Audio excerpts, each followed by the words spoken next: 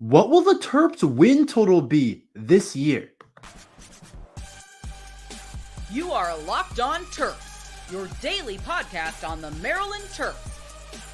Part of the Locked On Podcast Network, your team every day. What's up, everyone? I'm Tre Moore, video content creator for 247 Sports and InsideMarylandSports.com, and host of Locked On Terps, part of the Locked On Podcast Network, your team every day. So thank you for making us part of your day. And today's episode is brought to you by FanDuel. Make every moment more. Right now, new customers get $150 in bonus bets with any winning $5 bet. That's $150 with any winning $5 bet. Visit FanDuel.com/LockedOn to get started. I want to go through this little process, and we're going to decide whether or not Maryland will get over or under the projected win total that is on the sports book right now. I looked this morning. I thought it would be a little bit of a fun thing to do to start today's podcast with in the first segment, is to decide whether Maryland football will hit their win total. I checked on FanDuel. I checked on DraftKings.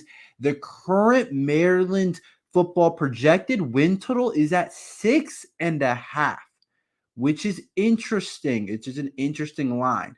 The over was like -150 and the under was plus money. So they do kind of think that the Terps are going over, and it looks like it's more than likely, according to the Vegas odds, that Maryland will go over. But I like to think we have a pretty good idea of the Maryland football team and how they'll do. And I want to see what I think they're going to do. And also let me know how many wins you guys think that we can get. The past 2 years, we have gotten to 8 wins as a team.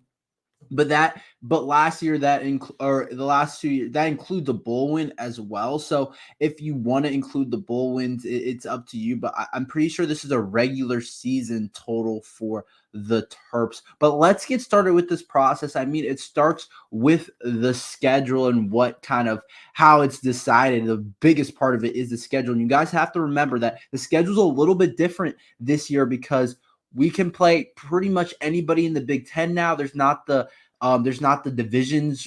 There's not the two sides of the conference where we were on the much better side with Ohio State, Penn State, Michigan, where we've always played those three. And so I think that before we start, I think that the total's a little bit low.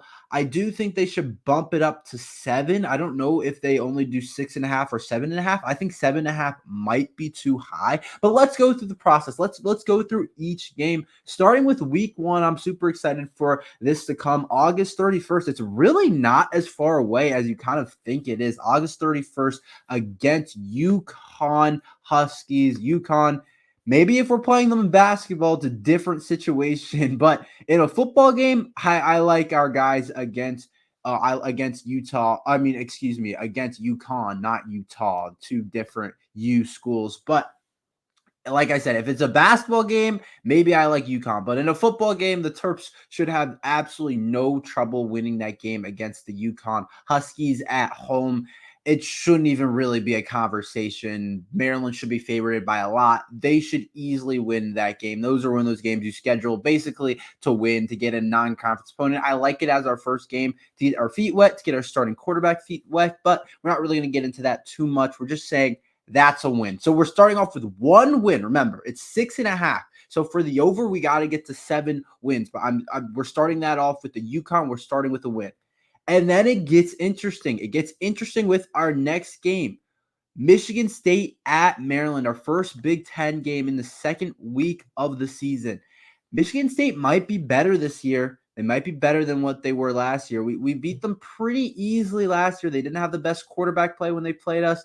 They didn't look like a really good team last year. But I think Michigan State is going to be better. They got rid of Mel Tucker. They have a new head coach. I think they're going to be a better team. I think they've done a couple of things in the portal. They have a new quarterback as well. It's definitely not like, I'm not saying that it's a guarantee Maryland win for sure, but I do think Maryland has a good shot to win this game at home. But I would say this is a about a flip of the coin. These are one of those toss-up games, and these are one of those games that you need. If their team's going to hit the over and wins, these are one of the ones that you need to win. And it's way too early for me to completely understand this Michigan State team, but I lean Maryland at home. With Maryland being at home and having that home field advantage, I do lean Maryland, but that's one that could definitely go either way. So for now, I'll say Maryland wins this game and gets to 2. And then we play Virginia. Another interesting one, a team that should be better with this talented quarterback that we did play last year who has a really good arm. He's back, even though he was inexperienced, definitely made some mistakes last year, turn over the ball, but I think that kid was a good player, and they'll be interesting. So Michigan State, Virginia, it's like, do you split those two, or do you come out there with 2 wins and start the season 3-0? I don't know. There's definitely some uncertainty with this Maryland team. And I think both of those teams, Michigan State and Virginia, 2 teams that we crushed last year, I think that those teams are going to be better. So for now, I'm going to say we split those 2. For now. I might change my mind later on when the final projection comes out. But for now, I'm going to say we split Michigan State and Virginia. So I'm saying that we could possibly lose to Michigan State, or we could possibly lose to Maryland. You got to remember, this team's not the same as it's been. I do think that we could struggle. I do think that we could take a step back. And so maybe you guys think those are 2 guaranteed wins, and I think it's a pretty good shot that we win those, but I can also see us slipping up early on the season. So that puts us at about 2 wins in the first 3 weeks of the season. And then you go to the next game, Villanova. That's a win for sure. And that will put you at 3 wins. So you win 3 of your first 4 games. And honestly, I don't know. You probably want to go 4-0 to start. You probably don't want to split Michigan State and Virginia. Those aren't really 2 teams you want to split to. But then going to the Villanova game, you're getting an automatic win. So 3 wins to start the season. And then we go to the stretch of playing Indiana and Northwestern. We play Indiana on the road. I'm going to say we win that game. And these are another 2 games that you could potentially split, Northwestern and Indiana. That's definitely 2 potential games that you could potentially split. But I'm going to go ahead and say that we win those 2 games, and that puts us at 5 wins on the season. And then we play USC at home. I will say that we lose to USC at home, so that keeps us at 5. I think USC with Lincoln Riley, they got a lot of good stuff going on. They have a top-end quarterback that, or I wouldn't say, I don't know. He's interesting, their quarterback that they have back. Of course, Caleb Williams is gone now, so they have this guy that looked really good in the bowl game, and Lincoln Riley's really good at turning out quarterbacks. But I don't know how this kid that USC has at quarterback is going to look overall. But I do think that there's a chance that he plays really well. He looked really good. Miller Moss, he played really well in USC's bowl game. And so I guess we'll see. He might not end up, but that will leave Maryland at 5 wins, right? I think that's where we're at with the win over UConn, splitting Michigan State, Virginia. That's 2, Villanova 3, Indiana 4, Northwestern 5, USC loss. Yeah. So we're still at 5 wins. And then we play an interesting Minnesota team that I don't want to say it's a toss-up. I do like us against Minnesota, but you just never know with some of these Big Ten games. But I'll go ahead and say we win that game. I'll say we beat Minnesota. That gives us 6 wins. And then we play Oregon. Oregon's going to be a really good team. They're definitely, with the extended playoff, even if the playoffs was 4 teams, I think that Oregon team would have a shot to get into the playoffs. I think this is a team that has a chance to win the national championship. I think this team's really good. Maybe you guys disagree, but with Dylan Gabriel and some of the guys that got in the portal, I like that Oregon team. I don't like our chances right now. It's way too early on in the season, and there's injuries and all these different things that have to happen during the season. But still, I don't know if I love our chance against that Oregon team. And so we are sitting at 6 wins, headed to Rutgers at a chance to get the total already. We play Rutgers and Iowa the next 2 weeks. And I can go ahead and I think we split those games. I think we lose one of those. Rutgers supposed to be improved this year. They're supposed to be a lot better. I was just reading an article about it. People are kind of high on Rutgers this season. I'm not saying we lose to them. We do get them at home this year. But I do think that Iowa's interesting. That's always a weird team to play. They've been really bad offensively, but defensively they're always top notch, and they could definitely cause us some struggles. But I do say we split and we get to the 7 wins right there. And then I say the last game of the season we play Penn State, and that looks like a loss. Penn State's going to be a really good team with Drew Aller back and some of those guys. So I have us barely getting to the 7 wins, but I can kind of see why the over and under is set at 6.5. I honestly think it's a good line, but I'm going to say we get over, but it really depends on, there's a couple of stretches. If we're not going to be technically, usually the big 3 we play every year, Ohio State, Michigan, I don't know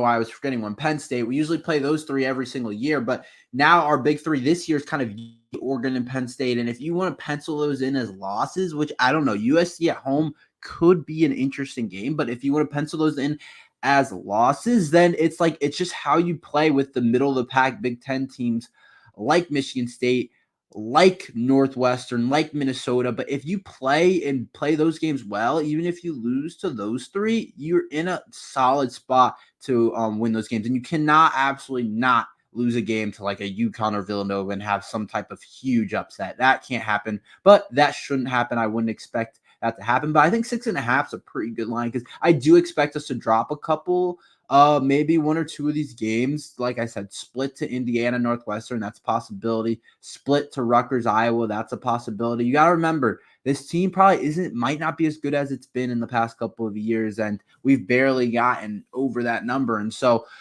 it'll be interesting to see. I do think it's a good line, but I'm going to go ahead and say Maryland gets over 6.5 wins. You guys can check out your sports book if you want to put that in, if you like that type of bet. The odds aren't great for them to go over, but I do like the Terps to go over.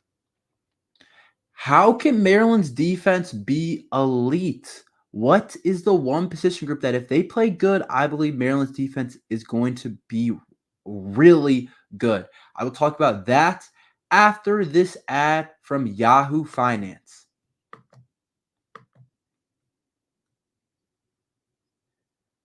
Let's get straight to the point. You want to grow your portfolio to deal with the rising cost of inflation, to pay off your debt or your mortgage, pretty much anything standing in the way of you and financial freedom, right?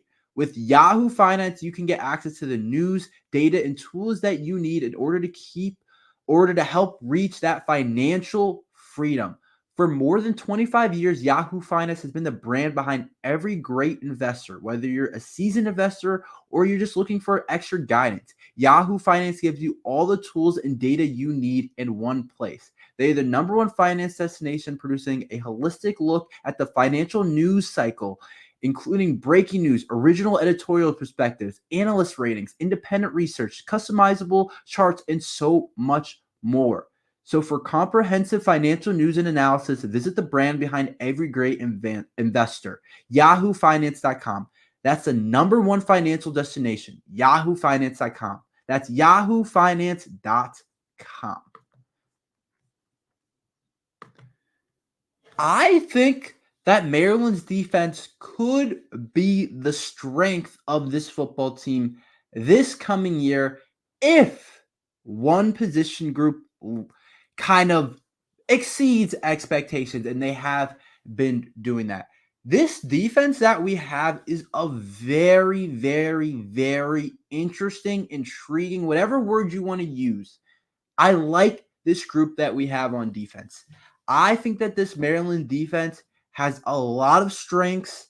I think that we have a lot of guys. I think we have playmakers. I think we have a defense that has the potential. I don't want to say to be the best in the Big Ten. I wouldn't put it up there, but I think it has a chance to be a really good unit in the Big Ten. I'm not going to say like a top 3 unit in the Big Ten. The Big Ten's absolutely stacked now with bringing in these other schools now that you guys all know. I don't even have to say it. The Oregons, the USCs, blah, blah, blah. You guys already know all that. But I think that this the defense has a chance to be a top 5-6 unit in the Big Ten, and borderline top 30 in the country. And I think that's a really good spot for a Maryland team that has relied a lot on offense the last couple of years. The defense has played well in spots.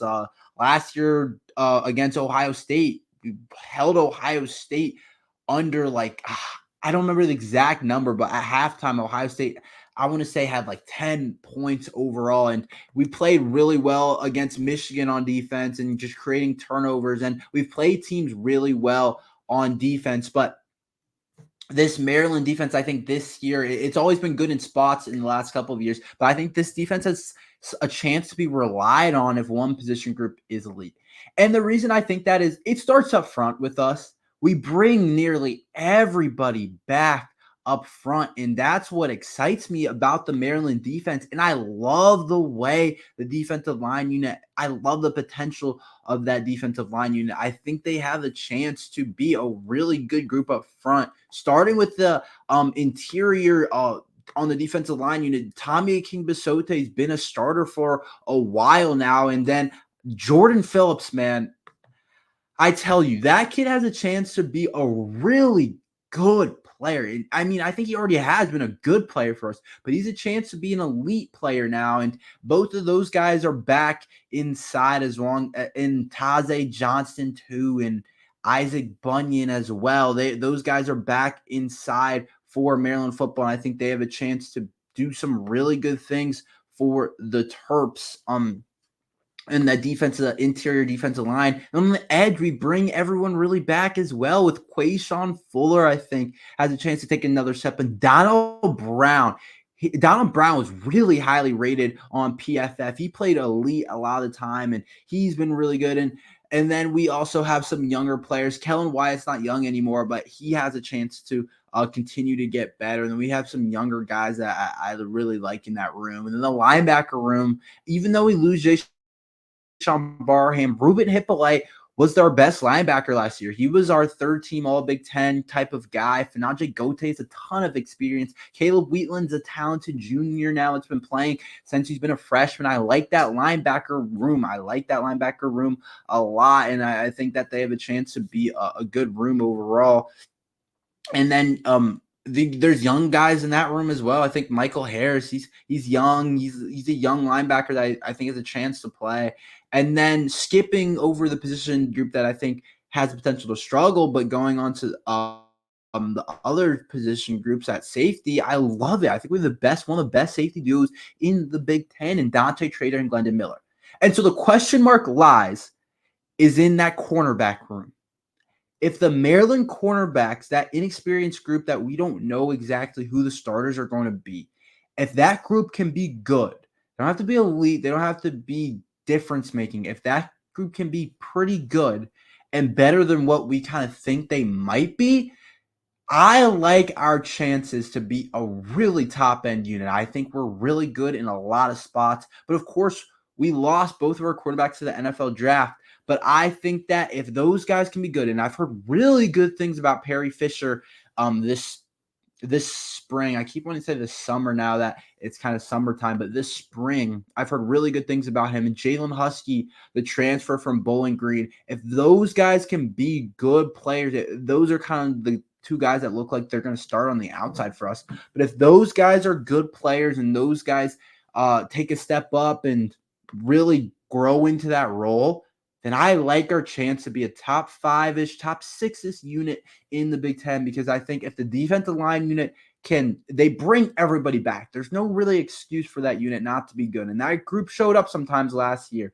And I think everyone's going to get better as well. In the linebacker room, we bring a lot of guys back. It's all starters that we brought back that all played last year besides Barham. And the safety unit, Glendon Miller and Dante Trader, that's an elite type of unit back there. And I'm looking at it and I'm saying, I like this defense a lot. It's just the cornerback room. And if that group can be good, I really like where we're at on the defensive side of the ball. A former Terp is going off in the NBA playoffs. Let's talk about that after this ad from FanDuel. It's winner take all time in the NBA and NHL. And FanDuel's giving you a shot to bring home a big win of your own. Right now, new customers get $150 in bonus bets with any winning $5 bet. You guys have to get in on that deal. FanDuel has cool bets, and it's a really good sports book. It's $150 to bet on spreads, money lines, player props, and more. Visit FanDuel.com/LockedOn and make every playoff shot count. Whether you want to bet on the NBA tonight and you want to bet on the Mavericks OKC series, or you want to bet on the Celtics series with the Cavaliers and you want to take Tatum or Donovan Mitchell, whatever you want to do, visit FanDuel.com/LockedOn and make every playoff shot count. FanDuel, America's #1 sports book. So Maryland basketball, former Terp, has been playing at a really high level for the OKC Thunder. I'm sure you guys all know who I'm talking about now. Aaron Wiggins. I wanted to give him a shout out because him and his OKC Thunder team are doing some really cool things, and I think he deserves to be talked about with how he's playing overall and how he's kind of just gotten he's been a good player in the NBA, and he's put himself on track to play a lot in this playoff series and have a really solid role in the NBA. He's had a really good role overall. 2021-2022 OKC team, he averaged 8.3 points per game. The last 2 years, he's been at 7 points per game about, and that's a fine spot to be for somebody that's coming off the bench. But last game against the Mavericks, maybe played better than any of those guys on that OKC team, and that was with them winning the game by about 15 points, 20 points. They kind of crushed the Mavericks, and I saw Aaron Wiggins maybe look like the best, or he's not the best player out there. I mean, that would be kind of just like a crazy kind of thing to say, but he looks like he was the most efficient player out there the other night. Played 23 minutes. He had 16 points, went 5 of 7 from the field, 3 of 4 from the three-point line, 5 rebounds, 2 assists, a steal, and a block. You love that kind of stat line from Aaron Wiggins, and he's playing on a young OKC team that's absolutely like one of the most fun teams to watch, and I love to watch that team, and I really do cheer for them. But with a team that they have SGA, who maybe some people said should have been the MVP, and Chet Holmgren was like second in the Rookie of the Year voting, and Jalen Williams looks like a really cool player. It's really cool to see Aaron Wiggins kind of just sticking in the lineup, being a good player, and getting good shots in the playoffs. He struggled a little bit in the Pelican series a little bit. I don't want to say struggle. He struggled in one of the games. He didn't shoot the ball the best from outside the arc, with only shooting 1 for 5. But he played well in the other game. In game 3 against the Pelicans, he shot 3 of 5 from the field, 6 points. He'd been playing about 60 minutes per game, but did get up to 23 minutes just with how well he was playing against the Mavericks. And the Mavericks and Clippers play tonight. So I will be tuned into that to see how Aaron Wiggins does. But I don't know if he has a shot at a championship. Well, they definitely have a shot for sure.